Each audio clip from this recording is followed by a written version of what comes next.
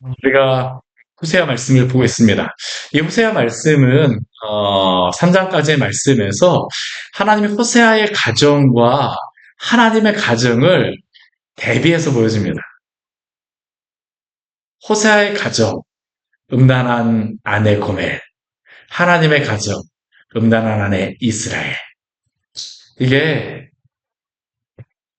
두 개가 대비되면서 대비되는 비교를 하시면서 하나님께서는 하나님이 이스라엘을 향해서 어떠한 마음을 가지고 있나를 보여주세요. 저는 이 호세아 말씀을 볼 때 참 그 하나님의 마음을 여기서 우리는 보아야 합니다. 하나님이 이스라엘을 얼마나 사랑하시는지를 보아야 되고요. 한편에서는 이 하나님의 사랑을 보게 되면 정말로 이 절절한 하나님의 사랑, 이스라엘 백성을 하나님이 택하시고 구원하셨는데 이스라엘 백성은 하나님을 알아보지를 못합니다. 알아보지 못하는 정도가 아니라 하나님을 경기를 일으킬 정도로 다 싫어하여서 미워해서 떠나갔습니다. 고멜이 호세라를 미워하여 호세아를 싫어하여서 떠나간 것 같이 이스라엘 백성도 하나님을 즐거워하지 않아서 떠나간 아내입니다. 근데 하나님은 이스라엘이 뭐가 예쁘신지 이스라엘 향하여서 계속 찾으세요. 계속 찾으십니다. 우리 앞에 3장 말씀을 보게 되면 호세아가 그 집 나간 아내 고멜, 고멜은 창기가 되어진 것입니다. 나이가 들어서 이제는 더 이상 그 역할도 하지 못합니다. 그러니까 어떻게 됐을까요? 그 남편이었던 사람이 종으로 삼아갖고 이리저리 팔려가는 겁니다. 그냥 팔아버리려고 한 겁니다. 근데 그걸 누가 알게 됐습니까? 호세아가 알게 됐어요. 호세아가 그 이야기를 누가 알려주신 거냐면 하나님이 알려주신 것입니다. 하나님이. 하나님이 이스라엘 그 호세아에게 우리 3장 1절 말씀은 뭐라고 말씀하세요? 이스라엘 자손이 다른 신을 섬기고 건포도 과자를 즐길지라도 여호와가 그들을 사랑하나니. 짝사랑도 이러한 짝사랑이 없습니다. 하나님이 이스라엘 백성을 향하여서 절절한 사랑. 이스라엘은 하나님을 떠났는데 하나님은 이스라엘을 끝까지 사랑하시는 겁니다. 호세아에게 명령하세요. 너는 가서 타인의 사랑을 받아 음녀가 된 그 여자를 사랑하라.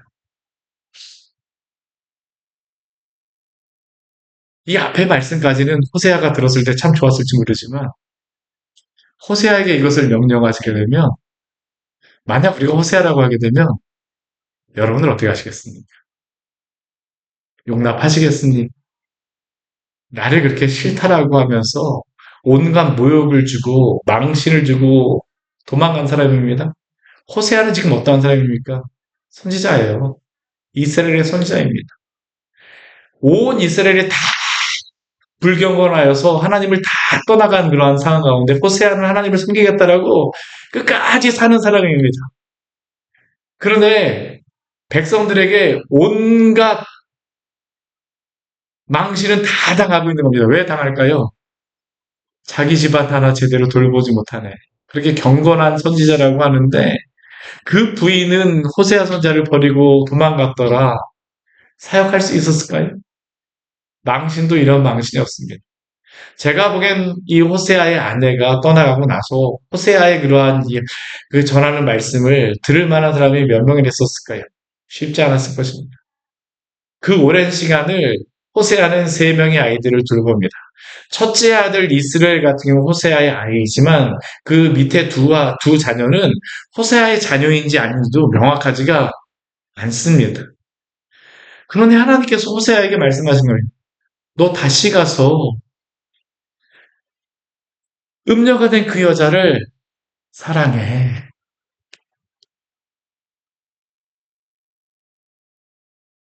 호세아는 참 바보 같죠? 이 말을 듣자 하나님의 말씀이니까 순종하였을지 어떨지 모르지만 호세아가 2절 말씀을 보게 되면 은 15개와 보리 한 올발 반을 가지고 그 여인을 삽니다. 은 15개가 보통 액수가 아닙니다. 이게 은 5에서 13개리 1년 연봉이라고 합니다. 가난한 사람은 5세겔 정도가 뭐 1년에 그렇게 벌어들인 거라고 이야기하는데 그러면 이거 뭐 호세아는 선지자였으니까 그렇게 부유하진 않았을 거예요. 가난했을 겁니다. 은 15세겔이라고 하게 되면 호세아가 있는 돈 없는 돈 다 모은 것입니다. 전 재산이라고 할 수 있겠죠. 그거로도 안 되니까 어떻게 합니까? 지금 그 농사 짓고 막 한 것들 보리 한 오멜반 이게 330리터입니다. 엄청 이게 한 그러니까 이게 한 1톤 트럭 뭐 이거 그 하나 엄청난 양이죠. 그렇죠? 예. 그러니까 이걸 가지고 짊어지고선 이 아내를 찾으러 가는 겁니다. 이 아내를 사오는 게 엄청난 값을 치루었다는 겁니다. 근데 이게 무엇이에요? 하나님의 사랑입니다. 하나님이 우리를 얼마나 사랑하셨을까요? 하나밖에 없는 자기의 아들을 죽이시기까지 우리를 사랑한 줄 믿으시기를 바랍니다. 하나님의 사랑은 바로 이것입니다. 저는 이 호세아의 말씀을 보면서 하나님이 죄인을 구원하시고자 하는 그 사랑이 택하신 우리 에베소서 말씀에 택함과 선택과 예정에 대해서 이야기하는데 우리도 다 고멜 같은 사람입니다. 근데 고멜과 같은 우리를 향하여서 하나님께서는 다 범죄하여서 죄갈 길로 간 우리를 향하여서 하나님은 하나밖에 없는 자기의 아들을 십자가에 내어주심으로 말미암아 죄인 연약하고 죄인 되고 원수된 자를 위하여 십자가에 자기 아들을 내어주심으로 말미암아 하나님의 사랑을 확증하신 줄 믿으시기를 바랍니다. 이게 바로 하나님의 사랑이죠. 우리의 구원은 그래서 값을 치르는 사랑입니다. 하나님이 값을 치르시고 우리를 속량하신 것. 이게 바로 성경이 우리에게 말씀하는 그런 말씀이죠. 근데 이스라엘 백성은 지금 어떤 상황입니까? 하나님이 이렇게 사랑하겠다라고 지금 벌써 선포하신 것입니다. 근데 우리 4장 이후에 말씀해 보게 되면 이제 더 이상 호세아의 집안은 나오지 않습니다. 이스라엘의 그 범죄가 무엇인가를 우리에게 이야기해요. 참 이 말씀을 하나님 편에서 이 말씀을 보게 되면 정말 복장 터지는 겁니다. 정말 복장 터지는 겁니다.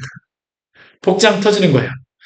나는 그 이스라엘 백성을 우리도 그렇지 않습니까? 누군가를 향하여서 정말로 있는 것 없는 걸 다 내어줬는데 그 사람이 우리를 배신하게 되면 모른 채 하고 전혀 우리를 무시했다라고 하게 되면 우리 어떻습니까? 용서가 안 되잖아요. 이스라엘 백성이 어떠한 모습인가를 하나님이 우리에게 보여주세요. 4장 말씀을 보게 되면 이스라엘의 죄가 무엇인가를 우리에게 말씀하십니다. 그리고 그들의 연약한 그러한 부분이 무엇인가를 알려주시죠. 하나님이 이스라엘 백성에게 호세아를 통하여서 말씀하세요. 뭐라고 말씀하십니까? 이스라엘 자손들아 여호와의 말씀을 들으라.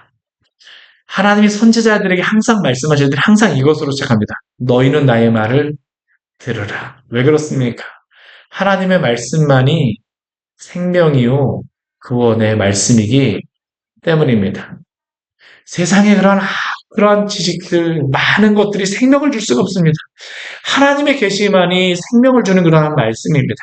그래서 하나님은 그들에게 하나님의 말씀을 들으라라고 말씀하세요. 오늘 하나님께서는 어떻게까지 말씀하시냐면 호세아를 통하여서 뭐라고 말씀하시냐면 여호와께서 이 땅 주민과 논쟁하시겠다라고 말씀하십니다. 논쟁할 정도로 다 하나님이 말씀하고 계세요. 너무나도 답답하신 것이 모든 걸 다 내어주셨습니다. 우리가 그 민수기, 우리가 구약성을 쫙 보게 되면 우리가 알 수 있지 않습니까? 하나님이 이스라엘 백성에게 다 주셨습니다. 땅도 주시고, 집도 주시고, 과일나무도 주시고, 모든 것들을 다 주셨습니다. 근데 이스라엘 백성은 거기서 하나님이 원하시는 건 딱 한 가지였어요. 무엇입니까? 너는 거기서 나만 섬기면 돼. 나만 예배하면 돼. 하나님 다른 거 하나도 바라지 않으시면 너희는 나만 섬기면 돼. 나만 예배하면 돼. 나머지 내가 다 줄게. 이게 하나님의 사랑인데 이스라엘 백성은 어떻습니까? 그걸 안 하는 겁니다. 왜요? 더 잘 살기 위해서.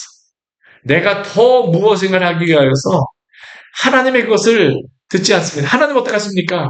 답답하죠. 논쟁하시겠다라고 말씀하십니다. 논쟁하시겠다. 우리도 그렇지 않습니까? 우리 하나님의 말씀을 듣고 있습니까? 만약 우리가 하나님의 말씀을 듣지 않는다라고 하게 되면 오늘도 하나님은 호세아를 통해서 우리에게 주는 말씀과 같이 우리에게 이 답답한 마음을 가지고 계실 것입니다. 은상아, 누구누구야. 내 말 좀 한번 들어보겠니? 내가 얼마나 답답한지 너하고 한번 논쟁하고 싶어. 욥이 하나님께 논쟁하겠다라고 막 이야기했었는데 사실 욥이 논쟁하는 거는 될 것도 아닙니다. 하나님의 답답함은 얼마나 답답할까요?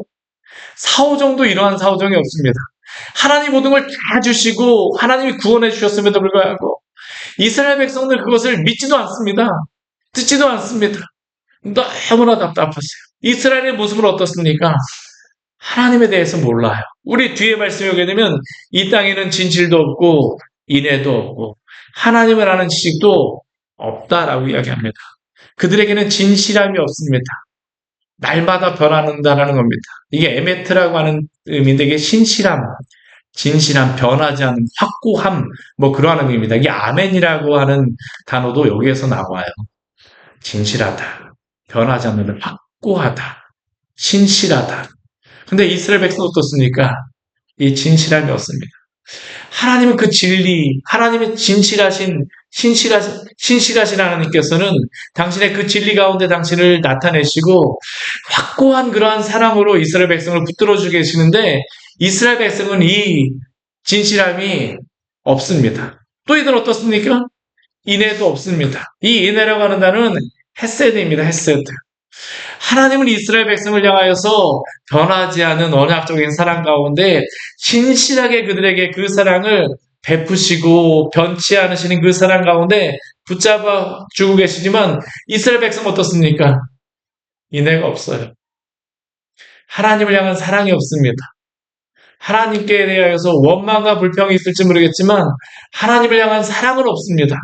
사람을 향해서도 사랑이 있을까요? 역시 없습니다.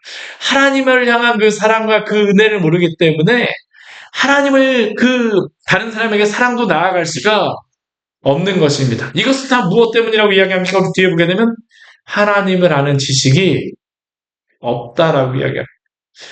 이들이 하나님에 대해서 모르는 것입니까? 지식적으로 모르는 것입니까? 또 이것은 아닙니다. 너희들 하나님 모르잖아 라고 하게 되면 이스라엘 백성은 뭐라고 이야기할까요? 내가 왜 몰라! 그럴 겁니다, 분명히. 오늘 우리의 모습 아닙니까? 오늘 우리의 모습 아닙니까?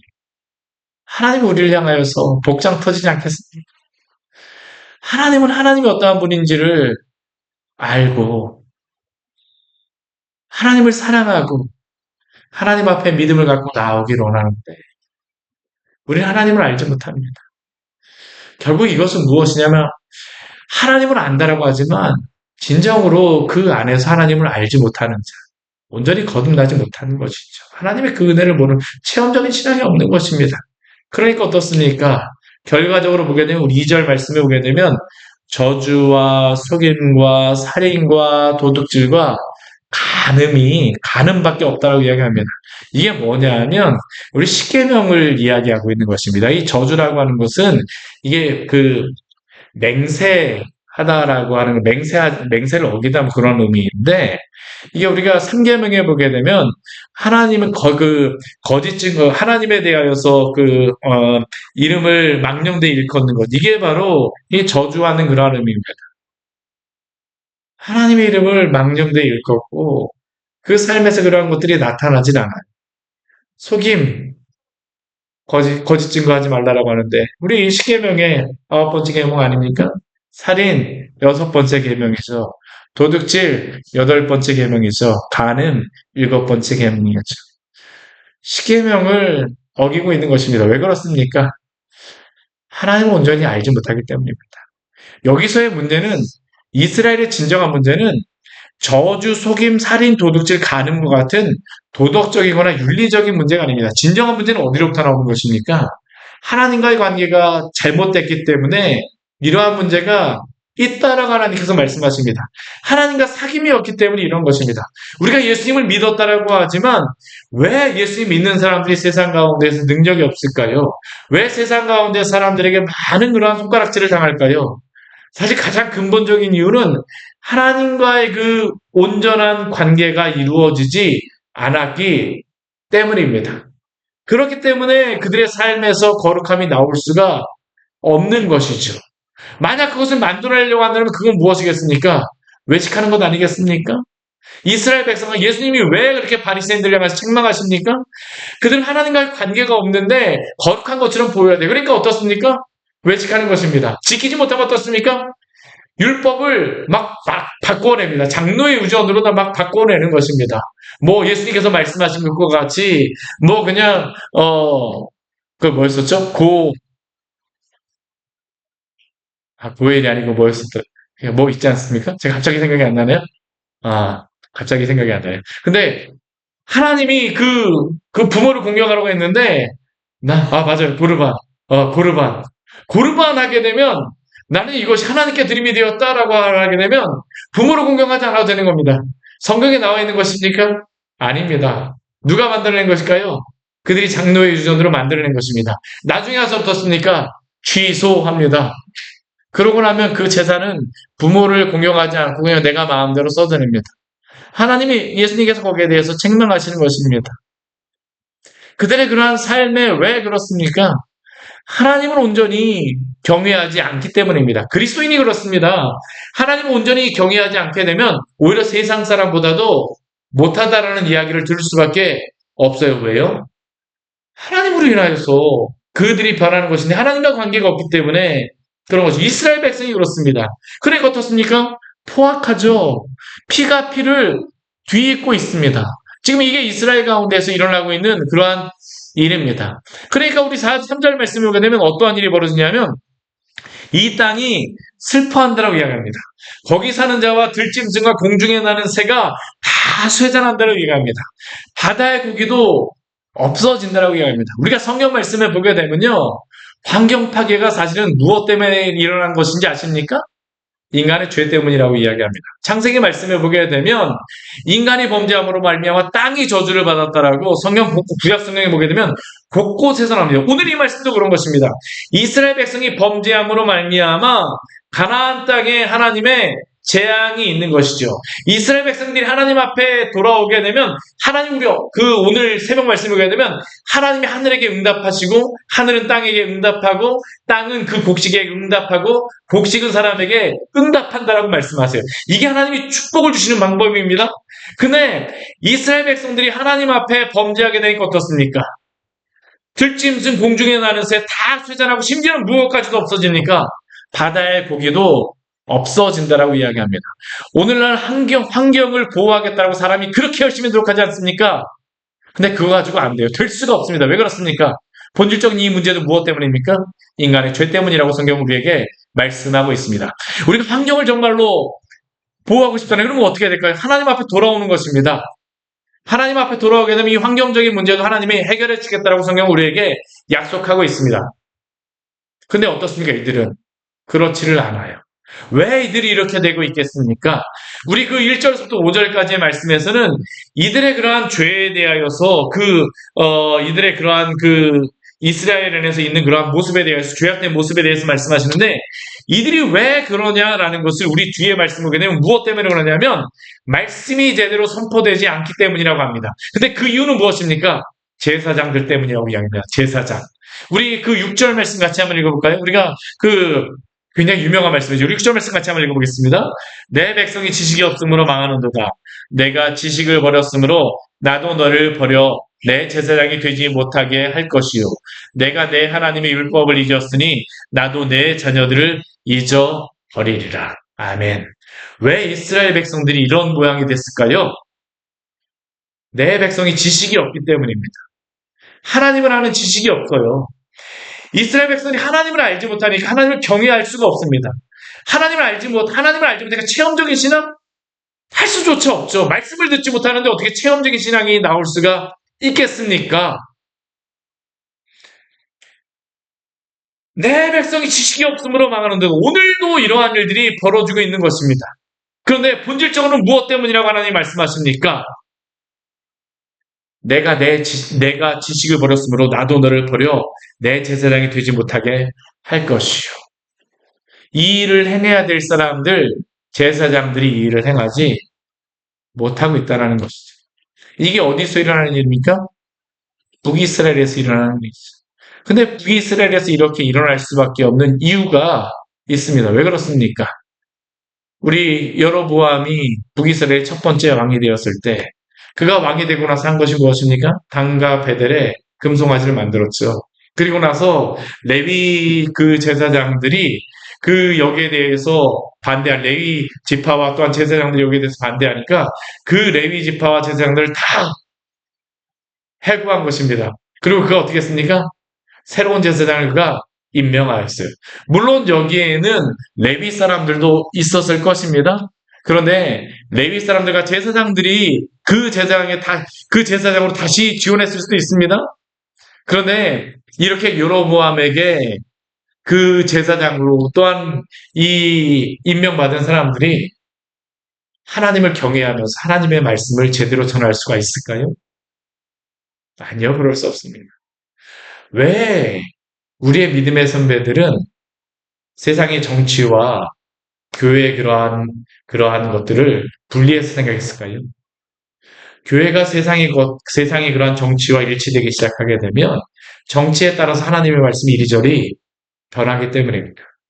하나님의 말씀은 하나님의 말씀으로 하나님이 말씀하시는 대로 전해야지 세상의 그런 어떠한 정치적인 색깔이라든가 어떠한 사상적인 그 색깔들이 들어와서 하게 되면 어떻게 될까요?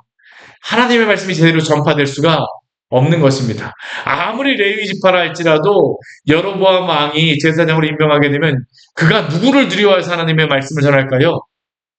여로보암 왕을 두려워해서 전할 것입니다. 그러다 보니까 하나님의 말씀 제대로 전할 수 있겠습니까? 전할 수가 없는 것이죠. 결국 이 이스라엘의 문제는 무엇이냐 하면 하나님의 말씀이 제대로 전파되어지지 못하는 것이 바로 이들의 문제였습니다. 하나님을 참되게 하는 지식이 없으니까 어떻습니까? 망할 수밖에 없는 것이죠. 이것은 오늘날도 우리의 동일한 문제입니다. 한국교회의 문제가 무엇일까요? 다 이것으로부터 나오는 것 아닙니까? 하나님을 아는 지식이 없습니다. 교회가 하나님의 말씀을 가르치고 바른 복음의 진리와 역사적인 기독교와 교리에 기초한 복음이 가르쳐지는 것이 아니라 세상의 성공과 문화와 지식에 관련하여서 하나님의 말씀을 그 설교를 한다라고 하게 되면 어떠한 일이 벌어질까요? 하나님의 말씀을 들을 수가 없게 되어지는 것이죠. 또한 하나님의 말씀이 그 성경에 기록된 하나님의 말씀이 아니라 주관적인 어떤 체험적인 것들만 강조하면서 만약 그런 것들만 한다고 하게 되면 우리는 어떻게 되겠습니까? 체험으로 이런 것들을 경험한다고 할 수 있을지 모르지만 정작 우리가 먼저 알아야 될 것은 무엇일까요? 말씀을 통하여 계시하시는 하나님을 우리는 알아야 될 줄 믿으시기를 바랍니다.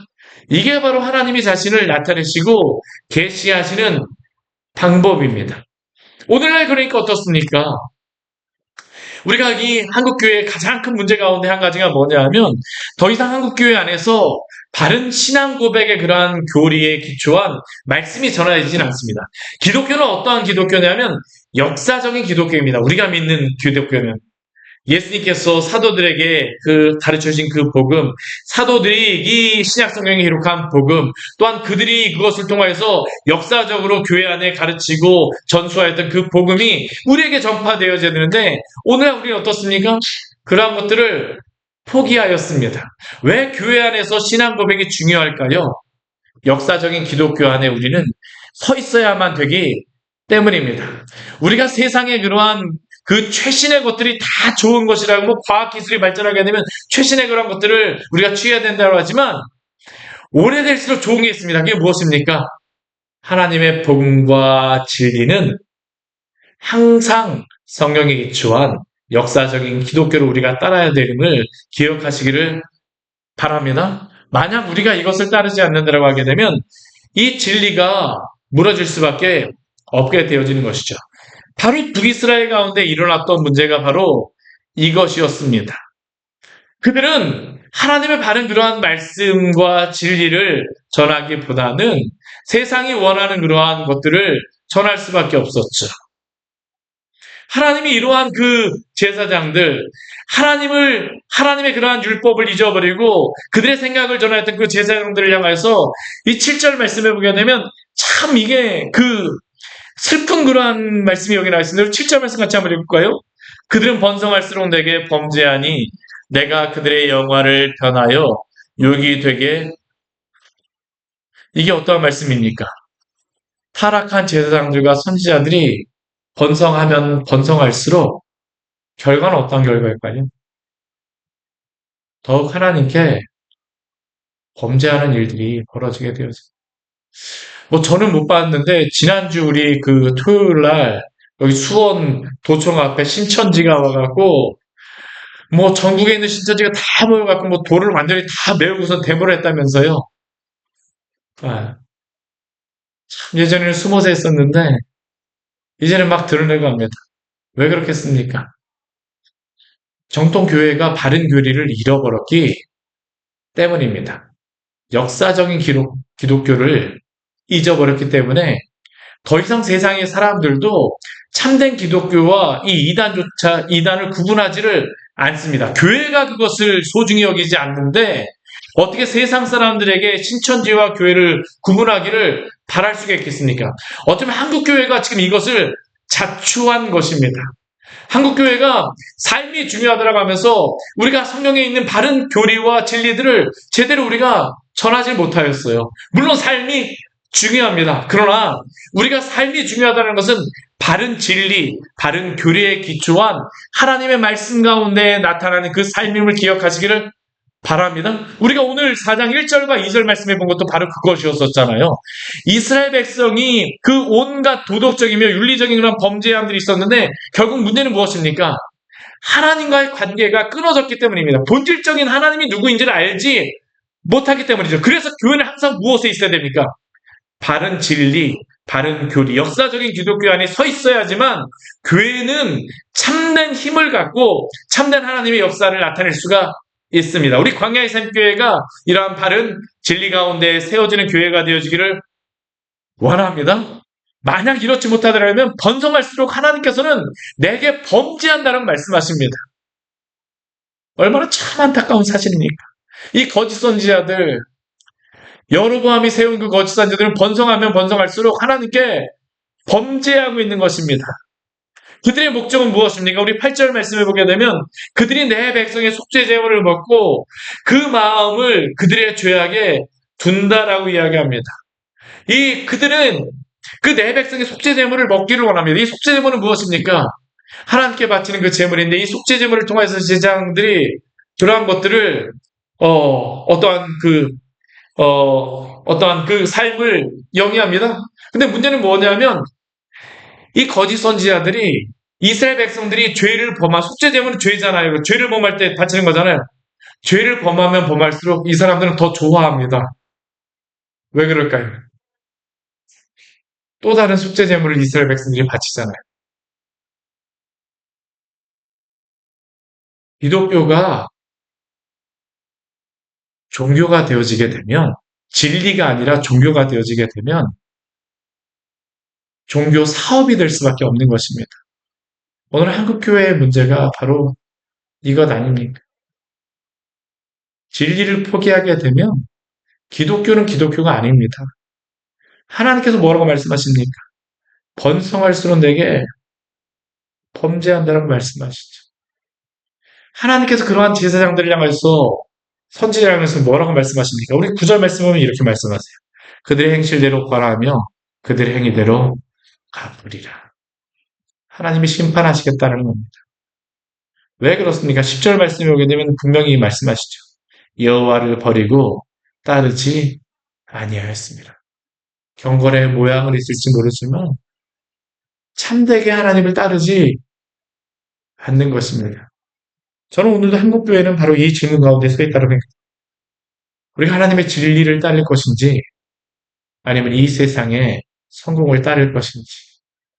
우리 광야의 샘교회요. 또한 한국교회가 하나님의 진리와 바른 교리 위에 서서 온전히 하나님의 편에 서기를 원합니다. 하나님이 분명히 말씀하시죠. 오늘 우리에게도 하시는 그런 말씀입니다. 우리 11절부터 15절까지의 말씀을 보게 되면 이들의 그러한 죄악에 대하여서 이 이스라엘 백성들의 이 우상숭배의 그러한 거짓된 그러한 죄악에 대해서 말씀하십니다. 이들은 하나님을 섬긴다라고 하지만 이제 11절 말씀서부터 어떻게 할까요? 우상숭배의 열심입니다. 왜 그럴까요? 성공하기 위해서. 성공하기 위해서. 음행과 묵은 포도주와 새 포도주. 이들이 바알과 아세라를 섬길 때 준비했던 것입니다. 행하였던 그러한 것입니다. 그들은 12절 말씀을 보게 되면 나무에게 가서 묻습니다. 그 목대기는 그들에게 고합니다.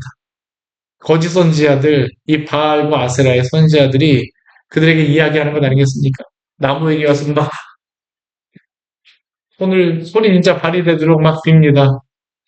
은과 금으로 만들어진 것, 뭐 돌로 만들어진 것 별 차이 없습니다.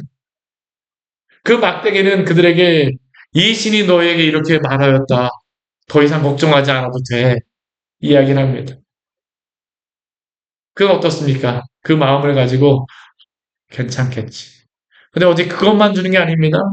이 바알과 아세라의 그러한 신은 세상적인 그러한 음행도 함께하고 있죠. 우리 13절 말씀을 보게 되면 산꼭대기에서 제사를 드리고 작은 산 위에서 분향하고 참나무와 버드나무와 상수리나무 아래에서 이렇게 제사를 드립니다. 산꼭대기 작은 산 위는 그래도 산 위에서 하는 거는 뭐 이해가 있는데 왜 나무 위에서 합니까? 왜 나무 밑에서 합니까? 참나무, 버드나무, 상수리나무는 이스라엘에서 쉽게 볼 수 있는 나무들이 아닙니다. 큰 나무들이에요. 건조한데 이런 큰 나무가 있으면 그들은 뭐라고 생각하냐면 생명력이 강하다라고 생각한 겁니다. 복받은 나무라고 생각하는 겁니다. 신이 복을 주는 그런 나무라고 생각해요. 그러니까 그들은 그곳에 가서 무엇합니까? 우상숭배를 하죠. 그늘이 좋다라고 그곳에 가서 우상숭배를 합니다. 음행을 합니다. 그들의 그러한 제사 가운데는 음행이 들어가요. 그들의 딸들이, 그들의 며느리들이 간음을 행합니다. 얼마나 음란한 종교입니까? 호세아의 아내도 바로 이러한 신전 창기였을 것이라고 추정을 합니다. 딸들이 음행하고 며느리들이 간음을 합니다. 근데 하나님이 그들을 벌하지 않겠다라고 말씀하세요.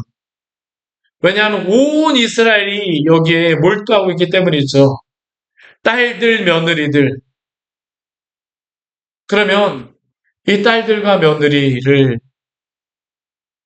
또 이들을 음행하는 이것을 하는 사람은 또 누구입니까? 남자들 아닙니까? 온 이스라엘이 이러한 죄악을 행하고 있는 것입니다. 깨닫지도 못합니다. 가나안 땅에 왔으니까 이렇게 해야지. 이들의 생각은 바로 이것입니다. 한 손에는 하나님을 섬기겠다라고 하지만 또 한 손에는 무엇이 있습니까? 우상 숭배가 있는 것입니다. 로마에 가면 로마의 법을 따르고 어디에 가면 어디의 법을 따르고 교회에 오면 교회의 법을 따르지만 세상에 가면 또 세상의 법을 따라야 된다. 이게 오늘날 우리가 가지고 있는 그러한 신앙의 모습 아닙니까? 아니요. 그리스도인은 그러면 안 됩니다. 우리는 세상에 있다 할지라도 교회에 있다 할지라도 오직 하나님 앞에서 살아가는 백성임을 기억하시기를 바랍니다. 이스라엘 백성들의 죄악이 무엇입니까? 우리 15절 말씀을 보게 되면 하나님이 길갈로 가지 말고 베다인으로 올라가지 말라고 말씀하십니다. 길갈은 어떠한 장소일까요? 이스라엘 백성이 이스라엘 그 가나안 땅에 들어와서 여리고를 점령하기 전에 처음으로 진쳤던 장소가 바로 이 길갈입니다. 길갈이라고 하는 그 이름이 왜 나왔냐면 그 여호수아서 말씀해 보게 되면 그들의 수치를 굴려버렸다는 그러한 의미에서 길갈이라고 하는 그 이름이 지어진 것입니다. 여호수아서 말씀에서 기록되어 있어요. 그러니까 이 길갈이라고 하는 것은 그들의 수치를 씻어낸 곳, 더 이상 애굽의 종이 아니라 하나님의 백성이라고 했던 그 장소가 바로 이 길갈이었습니다. 사무엘도 그래서 이곳에 가서 하나님을 예배하였던 장소입니다. 역사적으로 굉장히 의미 깊은 장소였습니다. 그리고 베델은 여기 베다인이라고 하는데 이 베다인은 어디? 아웬이라고 하는 뜻이 무엇이냐면 죄라는 뜻입니다. 근데 이 베다인은 어디냐면 베델을 의미합니다. 하나님의 집이라고 하는 장소가 죄악의 집이 되어버렸습니다. 베델은 어떠한 장소였습니까? 아브라함이 가나안 땅에 들어와서 첫 번째로 예배드렸던 그 장소들 가운데 하나입니다. 세겜, 베델. 그리고 또 야곱이 이곳에서 하나님의 집이라고 하면서 하나님께 이곳에 하나님의 집을 세우겠습니다라고 했는데 그들의 후손은 여기에다 무엇을 세웠습니까? 금송아지를 만들고 우상숭배 장소로 만들었습니다. 그러니까 여기서 하나님 뭐라고 말씀하세요? 베다인으로 올라가지 말라라고 말씀하십니다. 얼마나 안타깝습니까? 오늘 우리는 교회를 이렇게 만들고 있지 않습니까? 하나님을 섬겨야 될 장소에서, 하나님을 예배할 장소에서 하나님을 예배하며 하나님의 영광을 바라보는 것이 아니라 우리의 그러한 목적과 이유만을 위하여서 하나님 앞에 나오고 있지는 않습니까? 물론 우리의 피를 향해서 하나님 앞에 기도해야 됩니다. 그런데 우리의 본질적인 그러한 예배는 누구를 향해야 됩니까? 하나님을 향해야 될 줄 믿습니다. 우리는 하나님을 예배하는 백성입니다. 이스라엘 백성들을 무엇이라고 하나님 말씀하십니까? 우리 16절 말씀하게 되면 완강한 암소 같다라고 이야기합니다. 고집이 고래심줄입니다. 말을 듣질 않습니다. 완강한 암소와 같이 완강하니. 하나님이 이들을 푸른 초장으로 인도하실까요? 아닙니다. 우리 17절 말씀에 오게 되면 우상과 연합하였으니 버려두라라고 말씀하십니다. 하나님의 큰 심판이 무엇인지 아십니까? 이 땅 가운데? 내버려 두는 것입니다. 우리 로마서 말씀을 보게 되면 그냥 남자가 남자를, 여자가 여자를 그냥 버려두셨으니 이게 하나님의 심판입니다. 그들이 그렇게 하다가 죄악의 하나님의 심판 가운데 있게 되어지기 때문에 하나님이 내버려 두시는 것이죠. 우상과 연합하였으니 버려두라. 하나님이 말씀하셔도 이들은 어떻습니까? 듣지는 않습니다. 완강한 암소처럼 완강하니. 근데 우리가 한 가지 여기서 기억하기를 원하는 게 있습니다. 하나님 왜 이 말씀을 여기에 기록하셨을까요? 하나님이 이스라엘을 사랑하시기 때문에 이들의 죄에 대해서 가감없이 말씀하심을 기억하시기를 바랍니다. 하나님이 이들에게 너희들이 나를 향하여서 향하는 죄악이 무엇인가를 보라입니다. 우리가 죄악을 보아야 하지만 하나님께로 돌이킬 수가 있기 때문입니다. 사랑하는 성도 여러분, 하나님은 오늘도 우리에게 당신께로 돌아오기를 원하십니다. 그런 가운데서 하나님께서 우리의 죄에 대해서 지적하시고 보여주세요. 그때 우리가 행해야 될 것은 무엇입니까? 완강함이 아닙니다. 겸손함입니다. 왜 우리에게 하나님이 이렇게 말씀하실까요? 왜 그렇게 하나님이 이렇게 깨닫게 하십니까? 우리를 사랑하시기 때문입니다. 하나님의 사랑은요, 완강한 암수의 고집 정도가 아닙니다. 하나님의 사랑은 어느 정도일까요? 끊을 수 없는 사랑입니다. 끊을 수 없는 사랑에 하나님께서는 그 절절한 사랑을 가지고 결코 포기치 아니하시고 반드시 내가 이렇게 만드시겠다. 이게 바로 호세아를 통하여서 우리에게 주시는 말씀임을 기억하십시오. 혹시 우리가 실패하고 우리 하나님 앞에 범죄하였습니까? 이 자리에서 회개하십시오. 우리가 회개하고 나가면 포기하지 않으시는 하나님께서는 오늘도 당신의 사랑 가운데 우리를 붙잡아 줄 줄 믿습니다.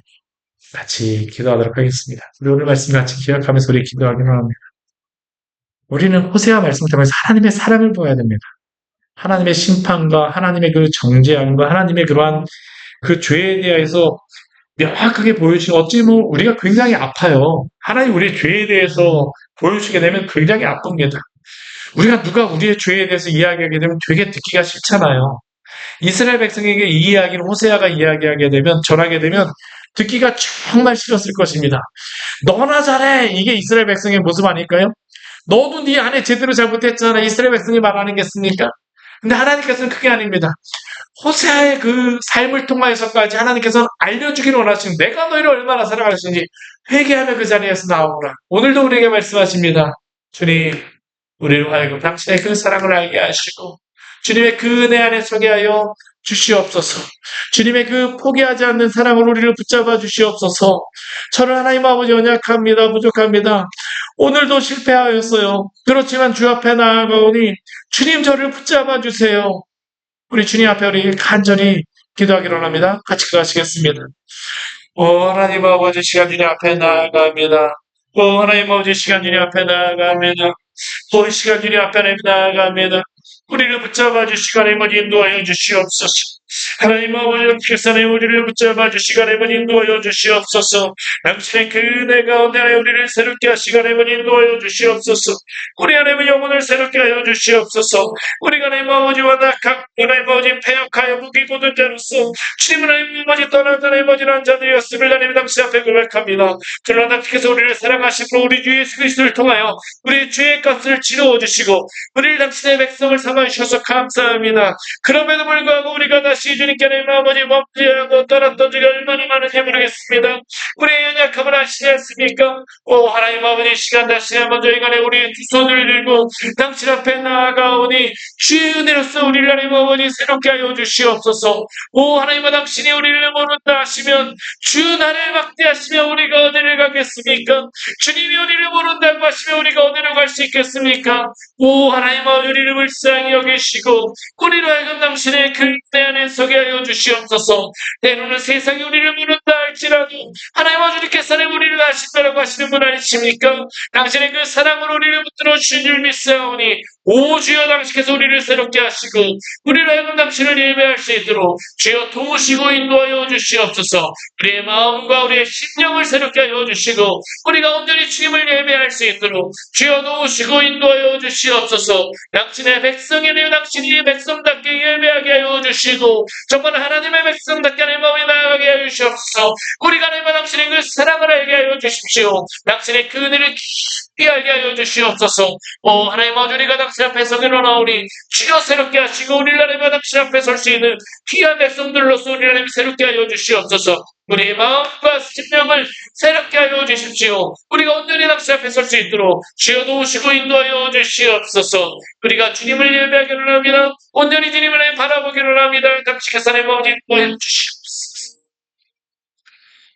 하나님 아버지 호세아서를 통하여서 당신의 그 사랑이 어떠한 사랑인가를 알려주셔서 감사합니다. 우리가 우리 자신을 보게 되면 참 못났습니다. 실수도 많습니다. 잘못도 많습니다. 참 이 정도밖에 되지 못하는 우리 자신을 볼 때마다 참 창피합니다. 그러나 그럼에도 불구하고 우리를 모른다 하지 않으시고 또 당신께서 하나님 우리를 당신의 백성을 삼아주시고 또한 두 손 들고 당신 앞에 가는 자들을 오늘도 당신께서 하나님 아버지 그 포기하지 않는 사랑으로 붙잡아 주시는 그 은혜를 찬양합니다. 우리의 하나님 아버지 모습이 이 정도밖에 안 되지만 그러나 하나님께서는 당신 하나님 아버지 그 뜻에 따라서 우리를 당신 하나님 아버지 그러한 모습을 담게 하시고 그 거룩하신 모습으로 빚어가실 줄 믿습니다. 낙심치 말게 하여 주시고 우리를 빚어가시는 그 주님의 하나님 아버지 그 놀라운 사랑 가운데 포기하지 않으시는 그 놀라운 하나님 아버지 은혜 가운데에 우리들 낙심치 말고 또 열심히 또 당신 앞에서 믿음의 분투를 할 수 있는 우리 귀한 성도들 될 수 있도록 은혜 내려 주시옵소서. 우리를 새롭게 하여 주시옵소서. 예수님으로 기도드립니다. 아멘. 우리 마음이 상한 자를 같이 찬양하도록 하겠습니다.